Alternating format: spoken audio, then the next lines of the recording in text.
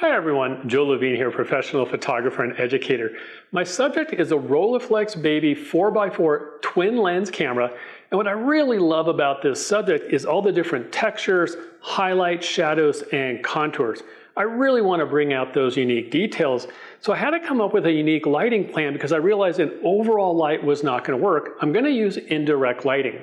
So I have a single LED, and it's actually aimed above the set, not hitting the subject, and it's going to go into a variety of reflectors. Now the first reflector is on top, and the light hits it, and it's aimed down, and it's just bouncing off the front, bringing out some of the texture. Now the second reflector, we can slide it in or out and fine tune it.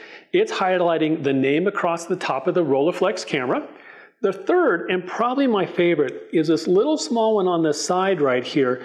It's hitting the shutter speed dial, and that's a shiny metal, so it has a great glow to it. Going to treat the background in a similar fashion, but I've added a blue gel to give a little bit of a cool tint to the background, add a little style to it. The front of the camera has a lot of shiny metal, and it's seeing the dark studio. So I decided to add in a white card, and we'll just place that there. We'll double check focus, see what we have.